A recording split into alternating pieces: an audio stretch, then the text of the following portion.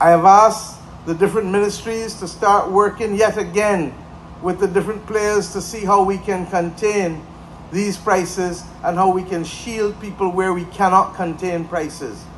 Indeed, this is an effort that is being undertaken globally, and one only needs to look at what happened in the United Kingdom with the Chancellor of the Exchequer up to yesterday to understand that this is not a problem that is unique to the Caribbean region.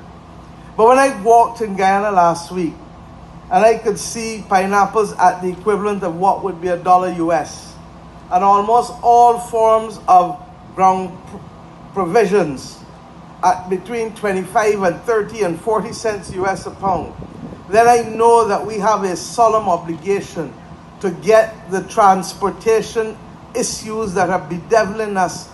solved, and to get those other obstacles that preclude the easy importation of produce and products in this region into one another's borders, that we have an obligation to solve it. And that is why I have willingly accepted to work in this project with you, President Ali, because we cannot see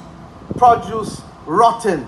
or we cannot accept the word glut in our vocabulary as we go forward in circumstances where our people need access to cheap and affordable and good food. More importantly, the processed food that we are importing over and over, and this is where I end in talking not to the people who are here, not to the government ministers and public servants alone, but I want to talk to the consumers of Barbados and the consumers of the Caribbean.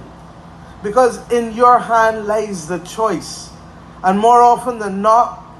what is causing our problems with respect to escalating healthcare costs, escalating hospital costs, comes as a result of our inability to eat properly. Her commitment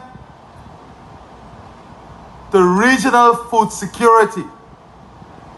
is unbelievable. And that tells you a story. The issue of food security for this region cannot be looked at from a border perspective. Because each one of us in this region, each country, comes with different challenge, but each one of us brings a unique opportunity in creating the solution. And that is why